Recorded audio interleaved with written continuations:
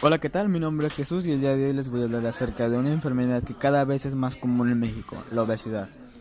La obesidad es una enfermedad crónica tratable que aparece cuando existe un exceso de tejido adiposo, es decir, exceso de grasa en el cuerpo. La obesidad actúa como un agente que agrava a corto plazo patologías graves como la diabetes, la hipertensión, que puede llevar a infartos, complicaciones cardiovasculares e incluso algunos tipos de cáncer, como los gastrointestinales, que también pueden llevar a la muerte. Una buena forma de determinar si su peso es saludable para su estatura es calcular su índice de masa corporal. Como mencioné anteriormente, su peso sobrecarga el corazón y puede llevar a que se presenten graves problemas de salud. Su índice de masa corporal se calcula multiplicando su peso en libras por 703, dividiéndolo por su estatura en pulgadas y luego volver a dividiéndolo en pulgadas.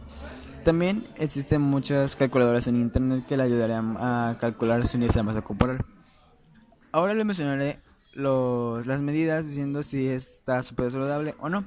Si su índice de masa corporal está por debajo de los 18.5, se dice que está debajo de su peso. Cuando uno se encuentra entre los 18.5 a 24.9, se dice que su peso es saludable. Pero si se encuentra de 25 a 29.9, se considera que tiene sobrepeso.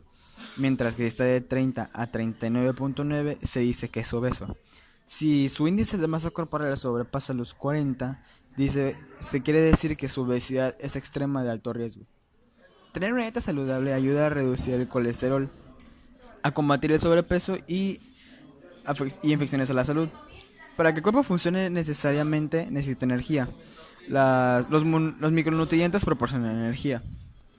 Las pautas para tener una buena alimentación son consumir gran variedad de alimentos, mantener un peso saludable, elegir alimentos bajos en grasa, grasas saturadas y colesterol, consumir muchas verduras, frutas y cereales, no usar azúcar y sal con moderación, luego consumir de 6 a 8 vasos de agua al día y hacer como mínimo 30 minutos de ejercicio al día.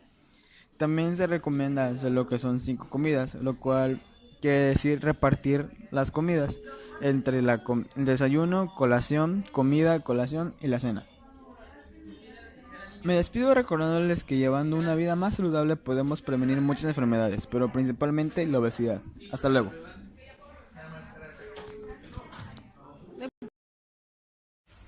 ¿Qué es la gastritis?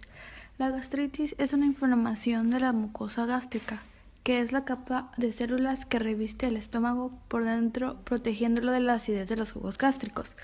La gastritis puede ser producida por múltiples causas, como lo son el alcohol, el tabaco, los alimentos, fármacos, entre ellos podrían estar los antiinflamatorios, no esteroides, al igual que también las cirugías importantes o infecciones.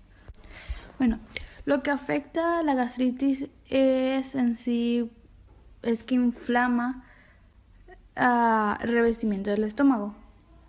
Aunque el revestimiento del estómago es bastante fuerte y puede resistir grandes cantidades de alcohol, al igual que ácidos fuertes, el ingerir demasiado alcohol, comer comidas picantes o fumar puede. Bueno, lo que yo te recomiendo para prevenir la gastritis es en sí evitar el consumo prolongado de irritantes como la aspirina, los medicamentos antiinflamatorios o el alcohol. Comer bien y a sus horas, masticar adecuadamente y despacio, comer sentado y sin prisas y no tomar líquidos abundantes con las comidas. Bueno, algunos tips que podría hacer para poder curar la gastritis, pues es que se beba un gran vaso de agua desde el primer momento en que sientas ardor en el estómago. También puedes tomar gachas de avena y miel. Las gachas de avena, cuando son consumidas en el desayuno, te ayudan a la hora de curar la gastritis aguda, resultado a su vez muy útiles en caso de úlceras. Bueno, para una persona que sufre de gastritis, pues no es una dieta común.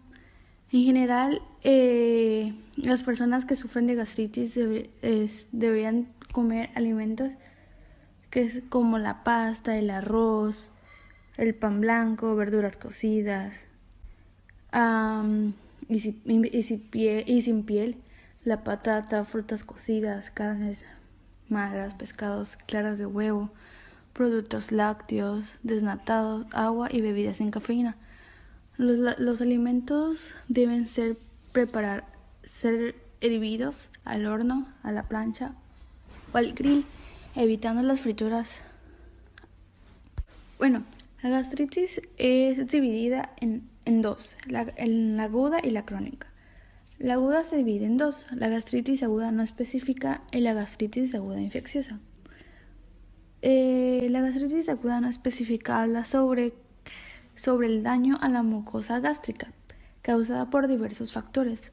Puede ser la ingesta de alcohol, medicamentos o alimentos irritantes como los en el chile, el vinagre, el limón, las harinas procesadas, etc. Enfermedades como la insuficiencia renal crónica o agresiones térmicas. La gastritis aguda infecciosa es causada por bacterias o virus. Y por otro lado tenemos a la gastritis crónica, que se presenta cuando existe una inflamación por tiempo prolongado, la cual es causada por las bacterias, principalmente la H. pylori, virus, herpes o citomegalovirus o parásitos, así como otros factores, como la ingesta frecuente de antiinflamatorios y alcohol, y enfermedades autoinmunes, quimioterapia y radioterapia. Para poder diagnosticar una gastritis, cuenta la historia clínica y la analítica de la sangre, donde se puede ver la anemia, ayudan a sospechar una gastritis, pero el diagnóstico de confirmación de esta es histológico. Esto quiere decir que es necesario analizar en un microscopio una muestra de tejido del estómago obtenido mediante una gastroscopia. En esta muestra se observan erosiones que afectan únicamente a la mucosa y no afectan a las capas más profundas de la pared estomacal. Además, mediante la toma de la mucosa gástrica de la gastroscopia, se puede realizar una determinación de la H. pylori a través de una reacción química rápida, que esto se obtiene mediante resultados en minutos. El tránsito gastrointestinal con contraste mediante una papila de barrio, actualmente no se utilizan salvo casos excepcionales. Mi nombre es José Eduardo Nieto Bellicia. Voy en el salón 626 del Instituto Tecmilenio. El día de hoy les presentaré el tema de insuficiencia renal. La insuficiencia renal es la condición en la cual los riñones dejan de funcionar correctamente.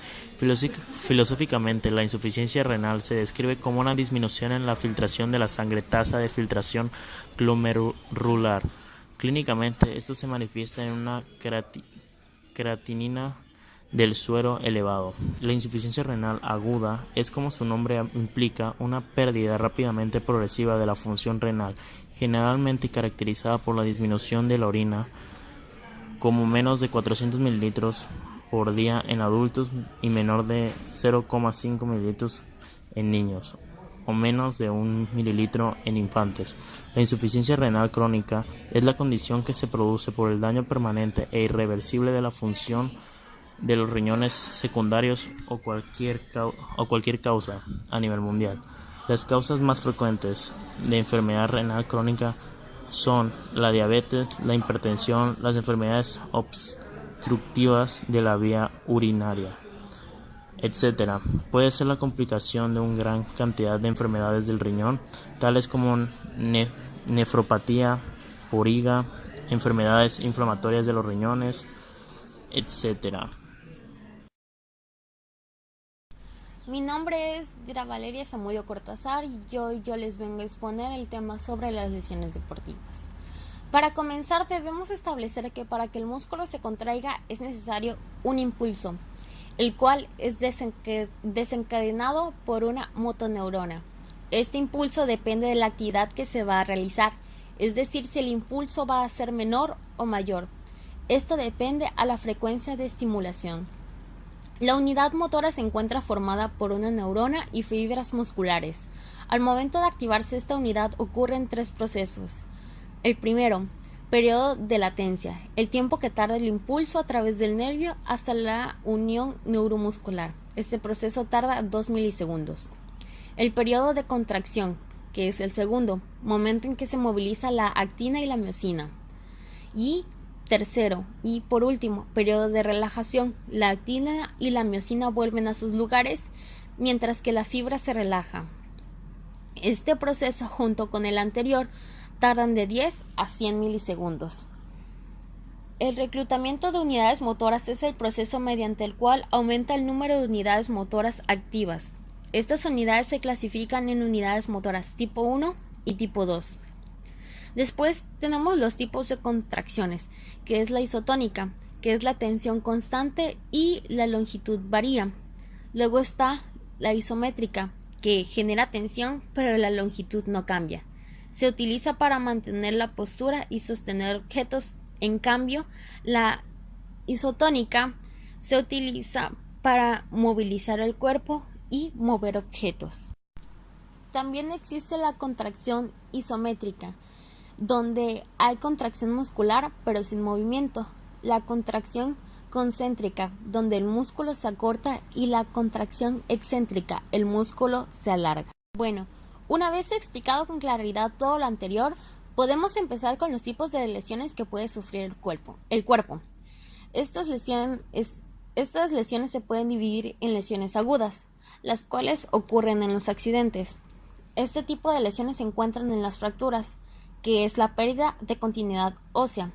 También se encuentran en heridas, que es la pérdida de la continuidad del tejido. Estas pueden ser abrasivas, que se producen por fricción, las cortantes, que se producen por objetos afilados, los contundentes provocados por objetos romos, y los punzantes, que son provocados por objetos con puntas. Luego están las contusiones. Son causadas por traumatismo, que generan inflamación y sangrado. Y las últimas son las luxaciones. Ocurren cuando los huesos se desplazan fuera de la articulación.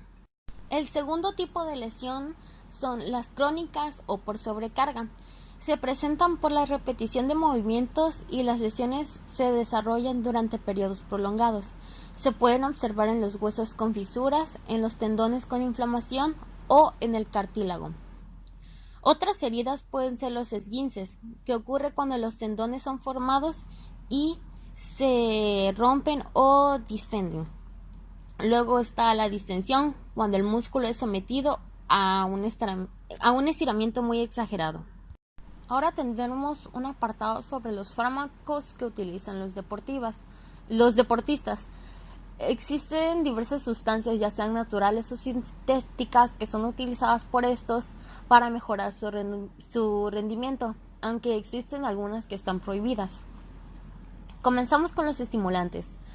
Son las sustancias que utilizan para mejorar el rendimiento, provocan que la frecuencia cardíaca y la presión arterial se eleven.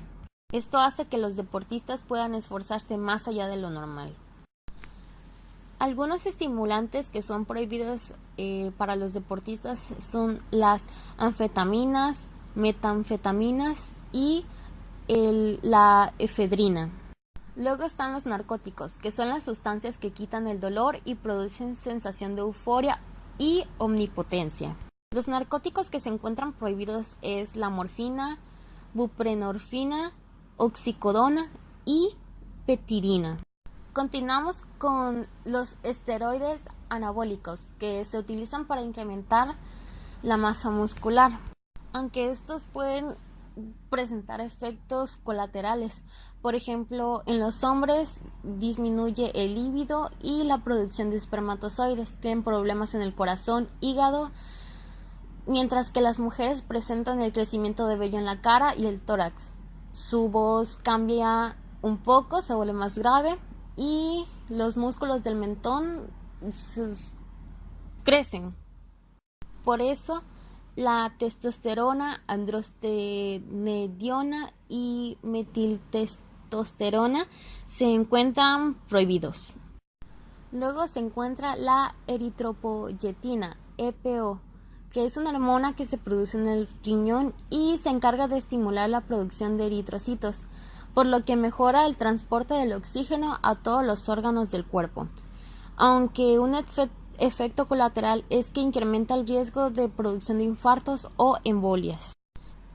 Los deportistas también utilizan la hormona del crecimiento, que obviamente es una hormona que promueve el desarrollo de los músculos y huesos durante la adolescencia, aunque en los adultos ayuda al metabolismo de la grasa y estimula la producción de eritrocitos. Aunque si usan mucho tiempo la hormona del crecimiento, pues tienen un desarrollo excesivo de los órganos y presentan problemas en el corazón e hipertensión arterial. Luego tenemos a la B agonistas, que son utilizados para mejorar el anabolismo, o sea, incrementan la masa muscular. Los efectos colaterales que se presentan únicamente es el incremento de la frecuencia cardíaca, temblor e insomnio. Todas las sustancias dichas con anterioridad pueden detectarse mediante un análisis de sangre o de orina. Gracias por su atención.